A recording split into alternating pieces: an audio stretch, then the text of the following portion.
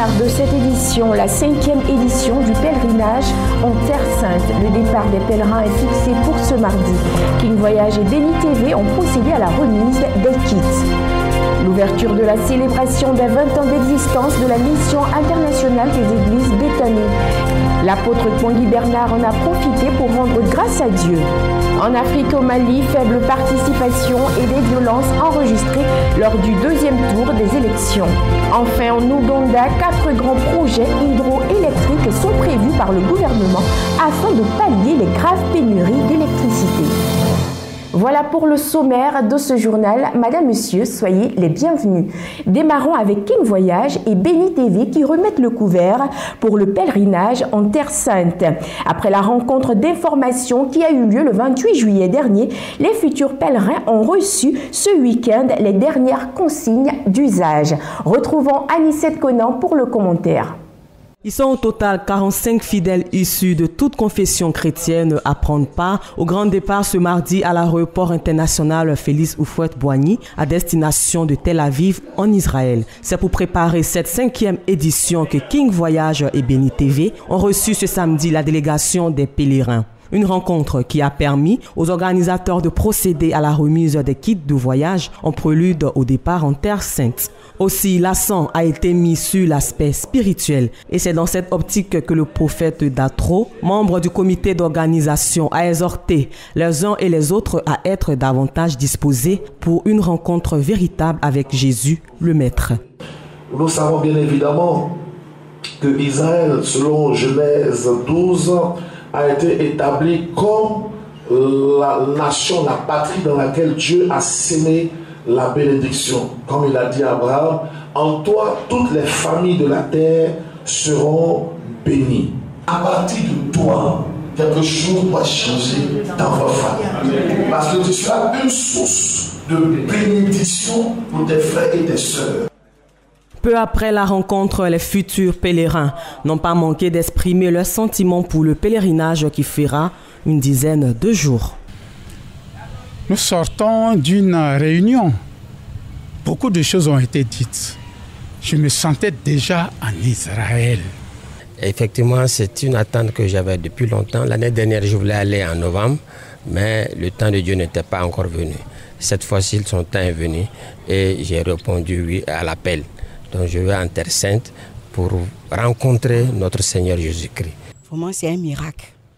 Et je bénis Dieu pour Béni TV qui était vraiment en prière. Parce que c'est des serviteurs de Dieu. Ils étaient en prière et ils ont reçu que le Seigneur leur a dit que non, il y a des gens qui doivent partir en Israël. Donc nous sommes les dernières vagues de personnes qui sont venues à la dernière minute. Et j'ai compris que c'est l'os de Cana. Ils n'ont plus de vin. C'est qu'il y a quelque chose que Jésus-Christ de Nazareth nous réserve en Israël. Ça booste la foi. Ça influence la foi. Pourquoi? Parce que là, tu seras par exemple là où on avait placé le corps de Yehoshua Mashiach. Et tu vas te rendre compte réellement ce qui est dans la Bible. Ce qui est dans la Bible n'était pas de simples écrits, ne c'est pas une simple histoire, c'était une réalité. Après avoir prêché pendant longtemps la parole de Dieu, Dieu nous fait la grâce par le canal de King Voyage et de Béni TV et de nous rendre sur la Terre Sainte en Terre Sainte pour vraiment authentifier ce que nous avons dit, comme pour corroborer encore notre foi, pour dire que nous n'étions pas engagés dans la mauvaise voie. Les organisateurs ont prévu des innovations dans le cadre des prochaines éditions du pèlerinage. Nous avons une dernière édition et je pourrais dire celle de cette fin d'année du 13 au 21 novembre. C'est une promotion, je pourrais dire, promotionnelle. Dieu nous permet de monter à Terre Sainte pour poser des actions de tempête de prière surnaturelle, un concert sur le lac de Tibériade et seulement pour 1 350 000 francs pour la fin d'année. C'est le cadeau de Béni TV à toutes ces personnes qui ont tant rêvé visiter la Terre Sainte. Notons que le retour à Abidjan de ces pèlerins est prévu pour le 22 août prochain. La délégation est conduite par le révérend prophète Paulé Ouin. La cérémonie d'ouverture le mercredi dernier des 20 années d'existence de la mission internationale des églises Béthanie a eu lieu lors d'un moment spécial au cours duquel l'apôtre Kwangi Bernard, fondateur de la mission, a rendu grâce au Seigneur pour tous ses bienfaits. Jusqu'ici, l'Éternel nous a secourus. Un verset tiré du livre de 1 Samuel chapitre 7 verset 12, thème choisi pour la célébration du 20e anniversaire de la mission internationale des églises Béthanie. À l'occasion de cette célébration, les différentes congrégations de la MIDEB ont été fortement représentées avec en prime les danses modernes, les poèmes et chants.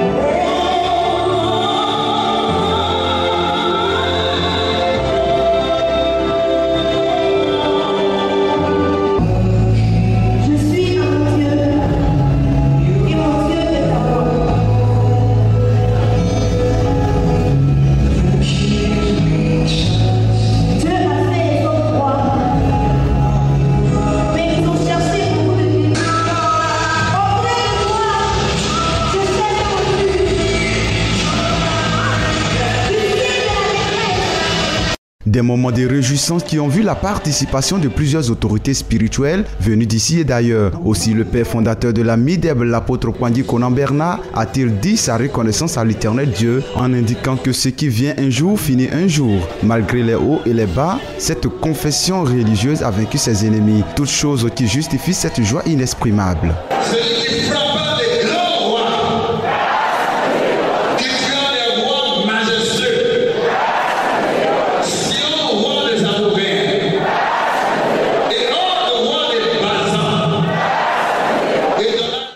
Implantée à l'image d'un arbre près d'un courant d'eau, la mission internationale des églises Béthanie a atteint l'âge de la maturité. Elle ne compte pas s'arrêter en si bon chemin au dit de sa hiérarchie. Je bénis le Seigneur pour la grâce qu'il nous a fait de pouvoir le célébrer à cette 20e année de notre existence en tant qu'Église.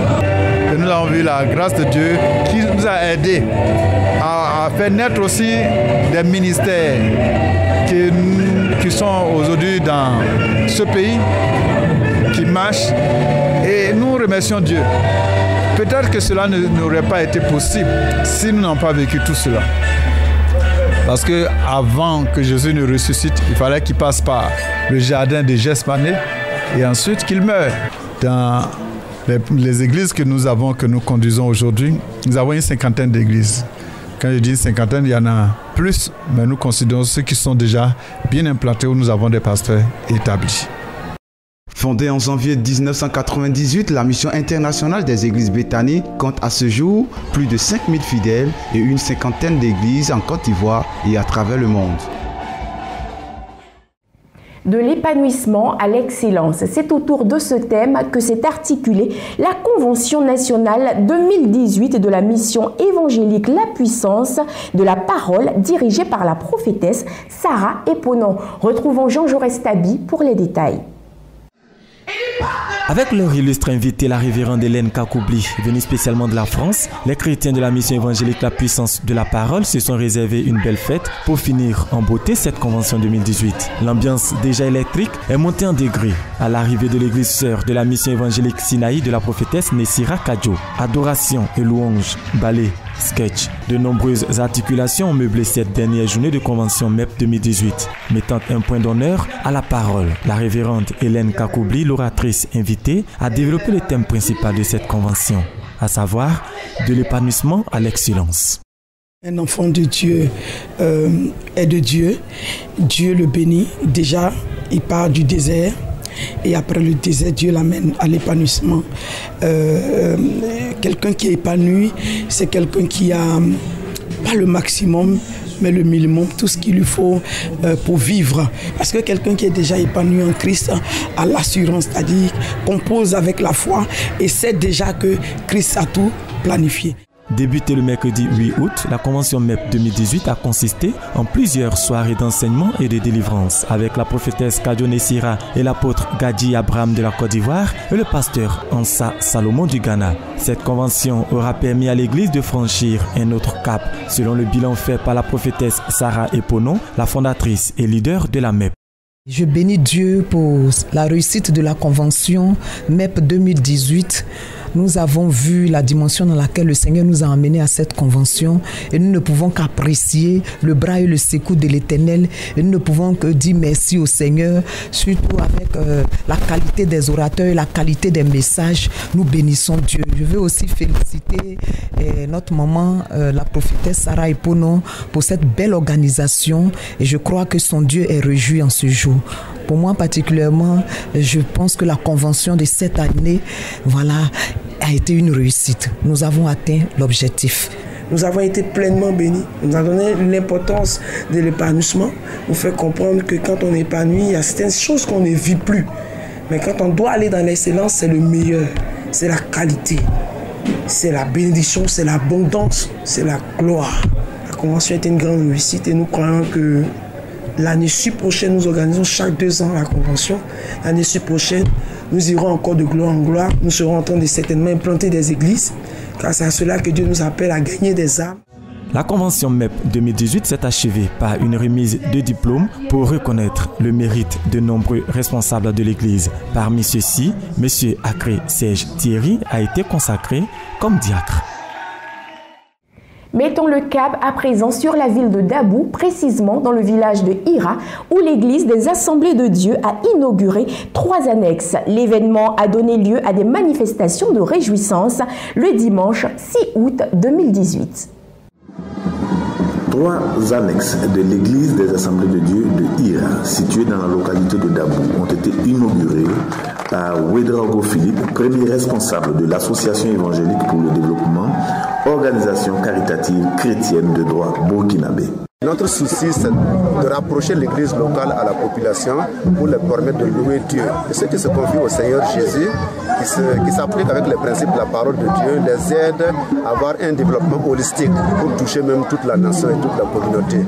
Donc c'est un peu venir en appui aux églises locales pour un développement holistique. Et nous rendons grâce à Dieu pour cette belle journée. Ces ouvrages dédiés à la gloire de l'Éternel sont l'œuvre d'un travail en synergie.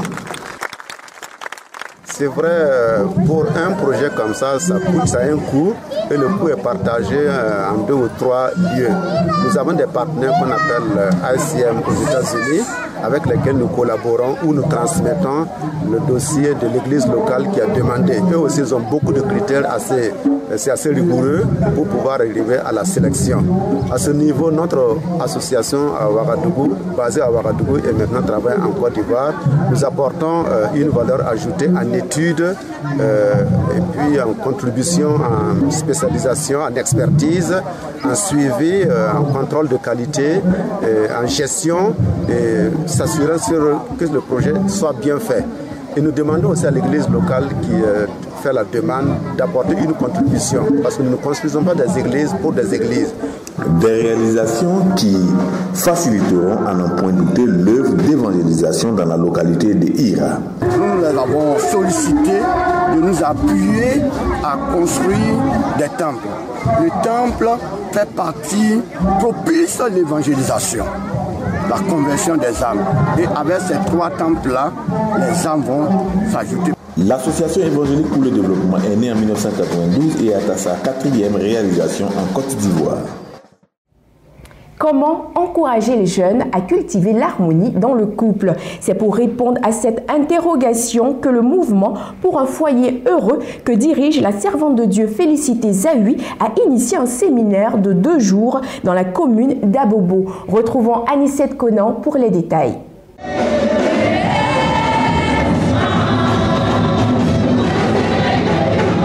Le mouvement pour un foyer heureux dirigé par l'évangéliste Maman Zahui a organisé 2 jours de séminaire dans la commune d'Abobo sous le thème « Le mariage entre hommes et femmes, une institution de Dieu ». Dans son intervention, la servante de Dieu a donné les objectifs et la vision du mouvement et aussi a mis l'accent sur les codes pour un mariage à succès entre hommes et femmes. On ne peut pas confier le volant d'une voiture à un chauffeur qui n'a pas appris les codes de la route. Quand on confie aujourd'hui le volant à des enfants qui ont fait seulement apprenti caca, et aujourd'hui ils deviennent des conducteurs de voitures, qu'est-ce que nous constatons aujourd'hui? On constate aujourd'hui des embouteillages partout, les accidents partout, des problèmes partout, parce qu'ils n'ont pas appris les codes de la route et en même temps ils sont devenus des chauffeurs. Aujourd'hui, il y a des gens qui n'ont pas appris les codes de mariage et ils sont devenus des chauffeurs de foyer. Et aujourd'hui, nous constatons des divorces. Des dieux disent et les dieux ne disent pas. Amen. Donc, le mouvement veut amener chacun que le mariage a un code. Et le code vient de Dieu. À sa suite, l'oratrice du jour, Maman Ola, se basant sur le livre de Genèse 2, verset 18, a exhorté le peuple présent à privilégier l'harmonie dans le mariage. Le mariage commence par là. Ce que j'ai constaté, les hommes, ils sont occupés à chercher de l'argent. Ils sont occupés à travailler. C'est vrai, c'est normal que vous travaillez, que les hommes travaillent. Mais si tu travailles et ton foyer n'est pas stable, tout ce que tu fais va tomber. Édifier et fortifier, c'est la paix au cœur et dans une atmosphère de joie qu'a pris fin ce séminaire. Parlons de formation pastorale à présent dans ce journal avec les étudiants qui viennent de recevoir leur parchemin après 10 mois de formation à l'Institut Le Jourdain situé dans la commune de Port-Bouët. Les impétrants de la 3e promotion Gédéon repartent heureux d'avoir beaucoup appris.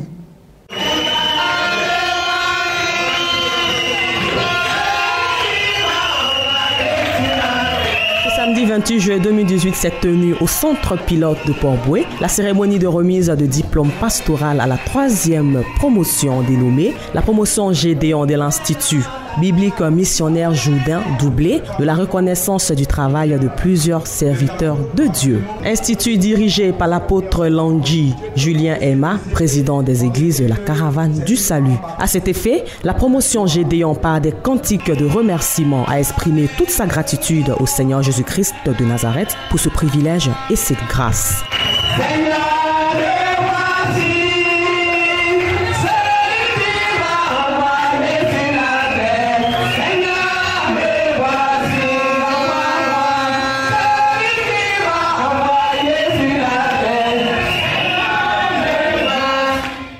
S'en est suivi la présentation et l'explication de la vision de l'Institut avant de passer à la remise des diplômes aux différents ambassadeurs du corps du Christ.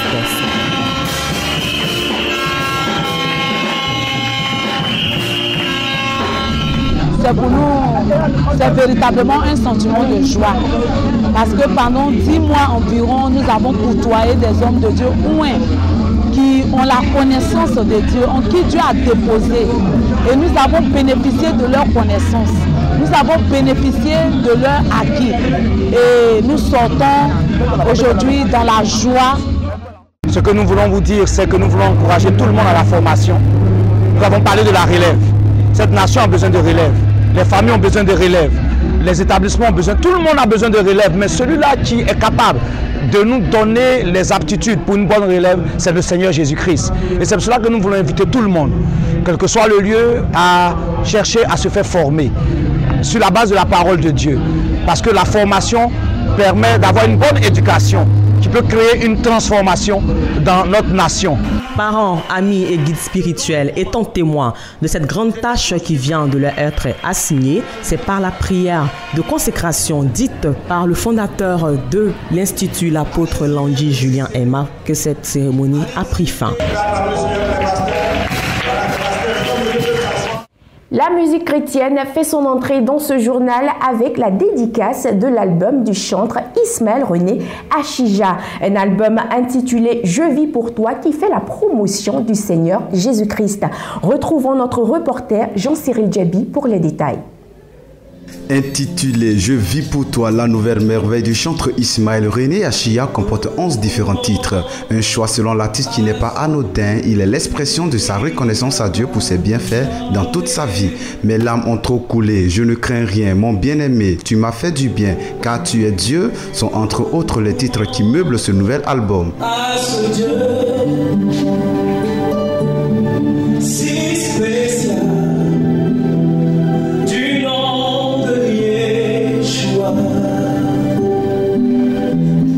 Notons qu'au cours de cette dédicace qui a vu la présence de nombreux organes de presse et de personnalités ecclésiastiques, le chanteur n'a pas dérobé à la tradition. Dans ce nouvel album, le chanteur Ismaël René Achia aborde des thématiques telles que la foi, le miracle, l'espoir, la louange et l'adoration. Ce message que véhicule le chanteur à travers cet album est un message impérissable. Un album enregistré entièrement en live et riche en sonorités pour le grand bonheur des mélomanes. Rappelons que la sortie officielle de ce bijou est prévue pour le 12 août. Tu es mon Dieu, moi je n'aime toi.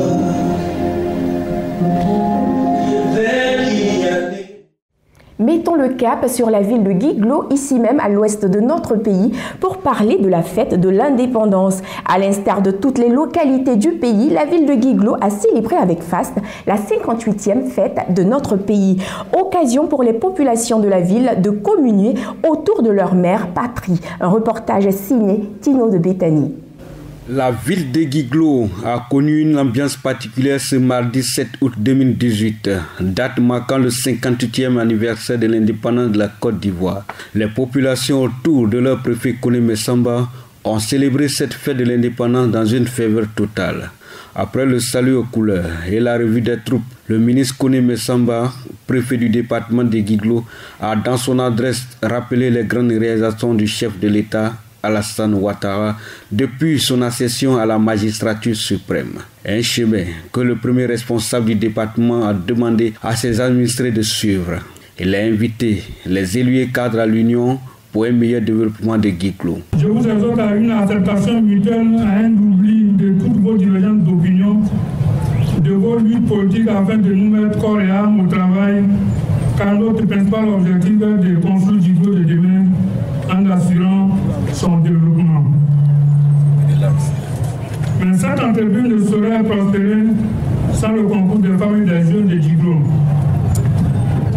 Aussi, je voudrais inviter particulièrement cette femme importante de la population à ne pas rester en marge de cette action, mais plutôt de saisir les différentes opportunités qui s'offrent en prenant une part active à la reconstruction et au développement du département de Guiglo.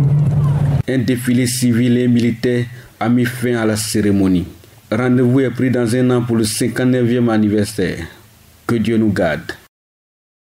La liberté de la presse, c'est le thème autour duquel s'est déroulé le récent séminaire de formation initié par l'ambassade des États-Unis en Côte d'Ivoire. Suivons ce reportage pour plus de détails.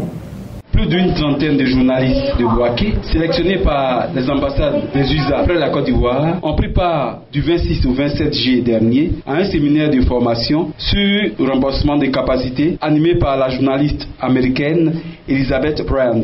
La liberté de la presse était au centre des débats, surtout que notre pays organise en octobre prochain des élections municipales et régionales. Je suis venue ici pour entretenir avec mes collègues et peut-être reposer des questions que tout le monde connaît. Comment s'améliorer quand on fait du journalisme qui est bon, qui répond aux besoins de la population, ça veut dire d'informer la population, vérifier les faits, etc. Et on a surtout pour cette formation sur les papiers vivants, et ça suggère du reportage soit qui est magazine ou investigation, de faire des choses plus profondes. Ce séminaire a été également l'occasion pour les journalistes de Bouaké d'être instruits sur la méthode fact-checking, qui est une pratique journalistique qui consiste à vérifier la véracité des informations ou propos tenus publiquement par une personnalité ou d'une affaire factuelle dans un pays. Tous les médias, dans les règles qui régissent leur existence, ont l'obligation de fournir une couverture et un accès équitable à chaque citoyen. C'est donc à juste titre que se satisfait le président de l'Union nationale des journalistes et correspondants des presses de Côte d'Ivoire, une AGCOPSI. Toutes les formations sont importantes.